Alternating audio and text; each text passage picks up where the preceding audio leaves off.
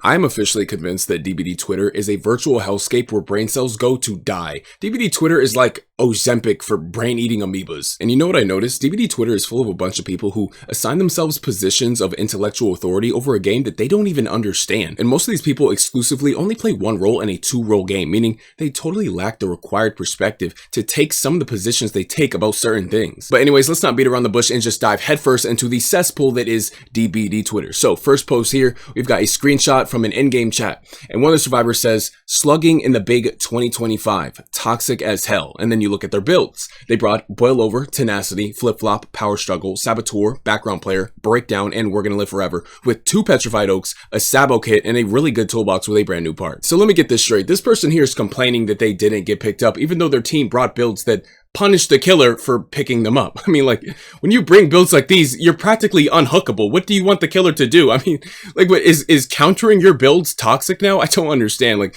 this is so stupid. And I bet you most people watching this, at least that play killer quite a bit, have experienced something exactly like this. I have videos where I have had people do the exact same thing. I mean, this is actually surprisingly common. And yeah, no, this is just stupid. This is like an inconceivable level of entitlement and delusion. I mean, this is just ridiculous. But it gets even worse. So in the replies to this post, this person here says, "Slugging is annoying, but people with anti-hooking builds really have no right to complain. They essentially got what they asked for. They didn't want to get hooked and they weren't," which is exactly true. These builds scream, "I don't want to get hooked," so you weren't.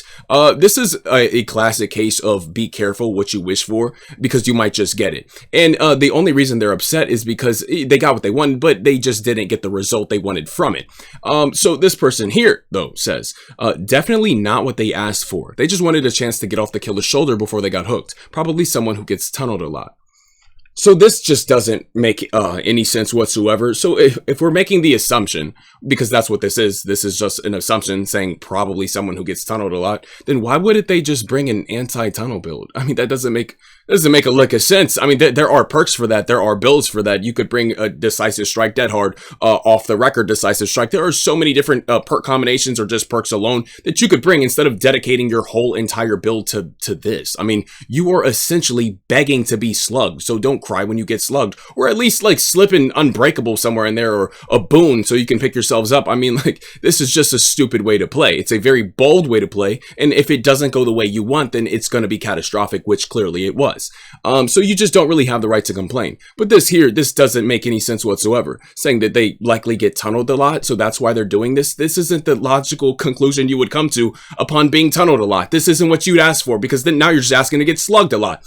So yeah, nah, they just wanted a chance to get off the killer's shoulder. Like something like Flip Flop, Power Struggle, Tenacity, Boil Over. You're not even giving the killer a chance to put you on their shoulder. What do you mean by this? You do not understand how these builds work. Like, that's all this is. But of course, that didn't stop them from sharing their incredibly foolish take. So this person says, "I don't want to unleash the whole us versus them argument, but survivors that do this and don't understand why you slug them are so low IQ," which is totally true.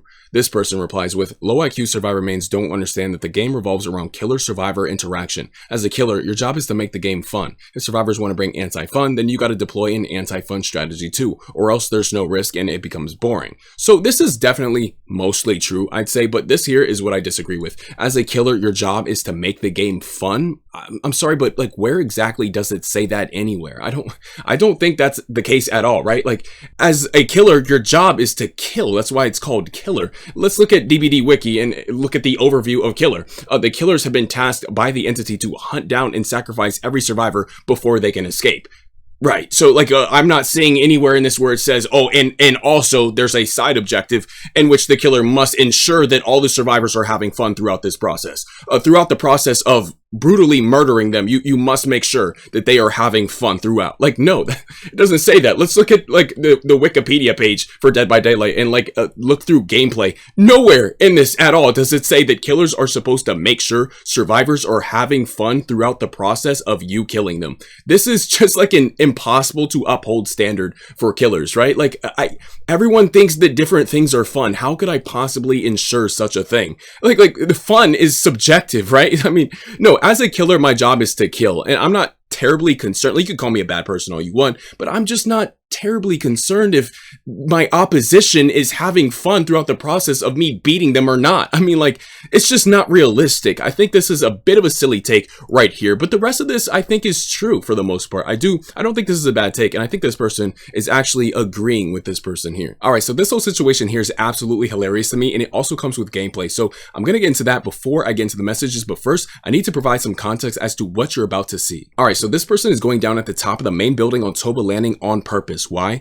Because they likely have 3 perks that when synergized properly basically make them unhookable. And these 3 perks are Boil Over, Unbreakable, and Flip Flop. So Boil Over is important here because if you drop down from a high structure while holding somebody and they have Unbreakable, they actually gain additional wiggle progress beyond just the fact that they actually have a stronger wiggle, so it's just harder to transport them in general. And then they'll have Unbreakable, which beyond just enabling survivors to be able to pick themselves up, they actually recover quicker.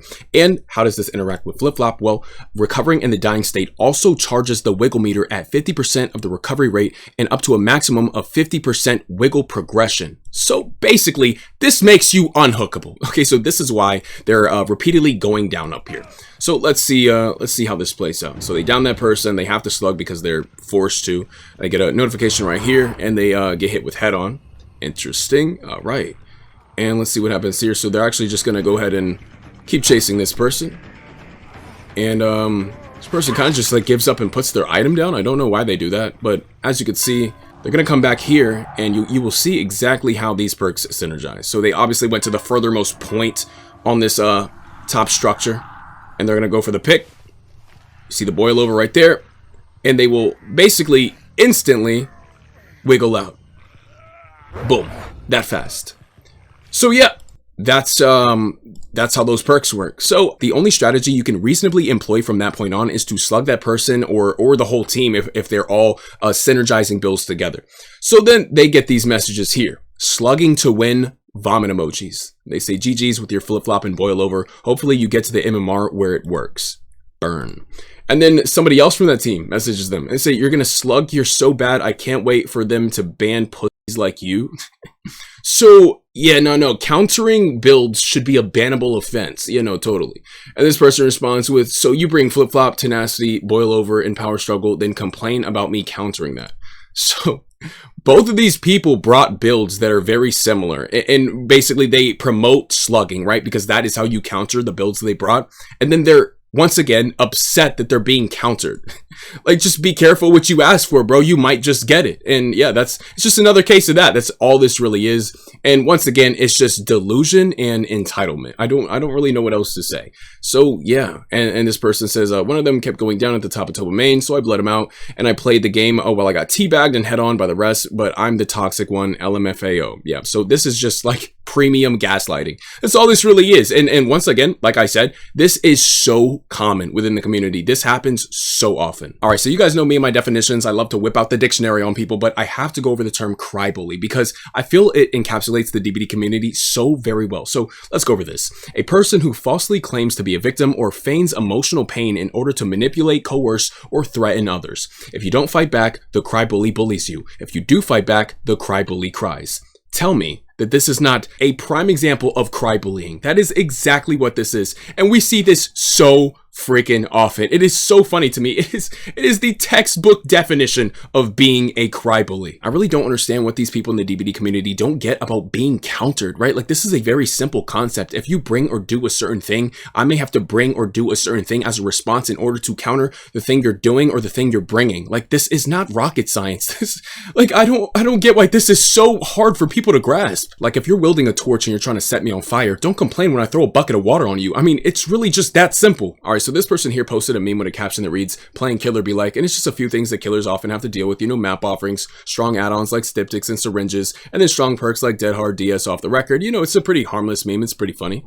And this person here responds with, I try really hard to be sensible about my balance takes on DBD, but this is true. This is what survivor mains don't see/deal with match after match, and this is why tunneling, slugging, camping are more prevalent than ever. I'm not saying tunneling should always be the go-to strat, but when a match already begins in favor of the opposing side, i.e. being sent to a heavily survivor-sided map, map, then things like tunneling may be more necessary. I think this is a very solid take. I think this is a good take, and I can tell that this person is likely very experienced in the game. They know what they're talking about because the take shows as much, right? Well, then we scroll down and we find a take that's accumulated quite a bit of likes, and I just want to go over this. All right, y'all better plug y'all's noses because we are diving into an absolute shit take. So this person here says survivors have to deal with killer-sided maps, S-tier killers, busted add-ons, quad slowdown, slugging, tunneling, all of the hug techs from many killers in Huntress.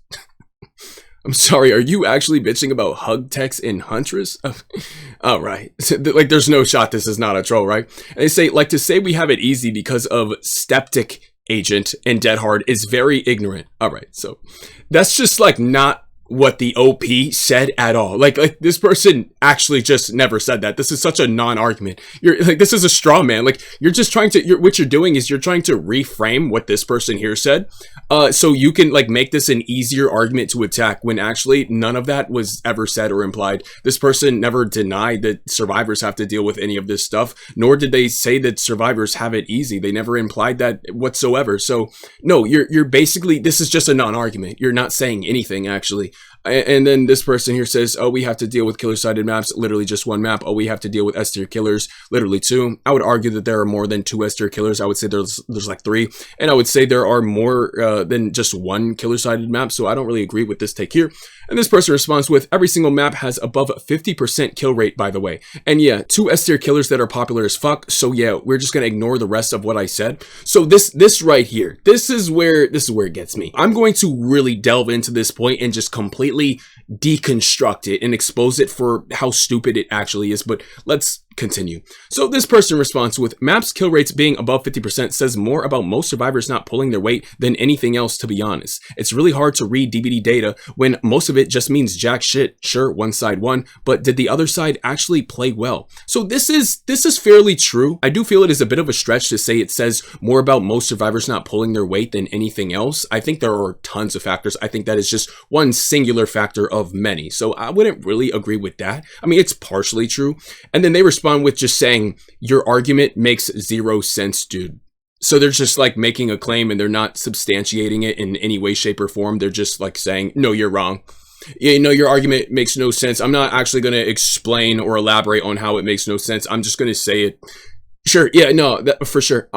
Anyways, so this person replies with, I really mean no ill intent, but you need to understand what I said to be able to talk about balance. Kill rates are not equal to win rates, and data doesn't mean much if it's just pure numbers without context. It doesn't show survivors' performance or coordination. Yes, precisely. He hit the nail right on the head with that one, and it doesn't show many things. Beyond just that, it doesn't show a lot of things. There are a lot of factors that are not being accounted for, but yes, this is a good take. And then as we scroll down, we can see that this person really likes to note the fact that every single map in this game has above a 50% kill rate. So let's delve into this. So assuming the 50% kill rate on every map is actually a true statement, it severely lacks statistical context, and it's an almost pointless number to even cite in any sort of discussion like this without the proper context to follow. You can't just take numbers like that at face value and assert that it proves your point because there's no way to actually know if it does or not. I mean, for just one example, the surface level statistic lacks the context of which killers consistently underperform and overperform both generally and then on a specific map basis. So for example, Trapper will typically underperform compared to a killer like the Blight